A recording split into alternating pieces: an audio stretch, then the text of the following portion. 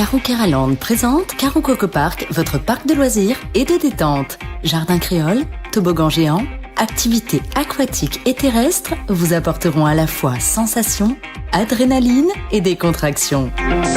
Régalez-vous dans son restaurant, le Coco Blue, ou dans l'un de ses snacks. Partagez des émotions fortes dans la zone de jeu Coco Game, où Escape Game, réalité virtuelle et maison de la peur vous offre un 3 en 1. Fêtez vos meilleurs événements avec Caro Coco Recept dans nos espaces privés lounge.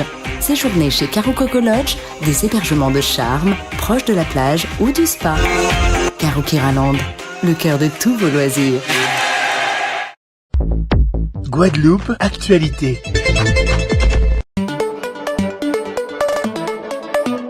Alors, c'est une conférence qui est organisée par l'association Bâtir que je présente, Basse-Terre, Innovation et Rassemblement, et un think tank qui s'appelle Terra Nova, qui est un think tank progressiste et indépendant qui fait des propositions innovantes en matière politique, que je préside aussi pour la Guadeloupe. C'est une conférence qui me tenait beaucoup à cœur parce que ça a beaucoup d'importance pour Basse-Terre et le sud Basse-Terre.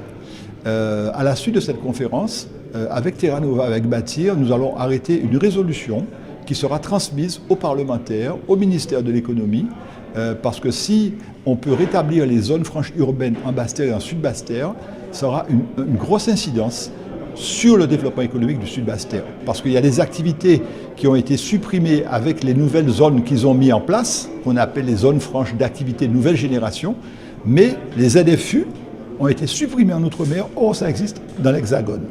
Il faut les rétablir parce que ça aidera beaucoup à certaines activités vu les avantages fiscaux qu'il y a. Je pense à la petite restauration et au petit commerce. Alors l'objectif de cette conférence, c'est de présenter la réforme qui a abouti à la suppression des ZFU en Outre-mer uniquement, avec la création de cette nouvelle ZFANG, pour expliquer qu'il y a encore effectivement des trous dans la raquette et du fait de cette réforme, peut-être pas d'incitation à s'installer dans les centres-villes comme ça existait au moment où on avait les ZFU, et peut-être revenir sur cette réforme et faire des propositions qui seraient portées par les parlementaires pour pouvoir restaurer une ZFU ou améliorer la ZFANG actuelle afin d'inciter certaines zones du territoire qui sont défavorisées comme Pointe-à-Pitre et Basse-Terre.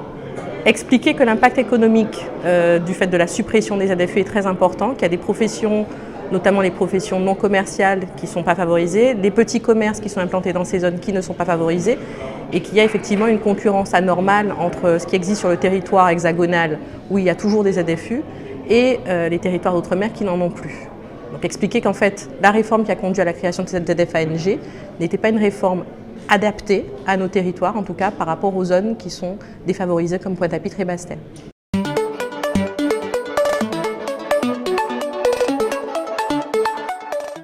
Outremernews.fr, le site de l'actualité Outre-mer, 24 heures sur 24 et 7 jours sur 7.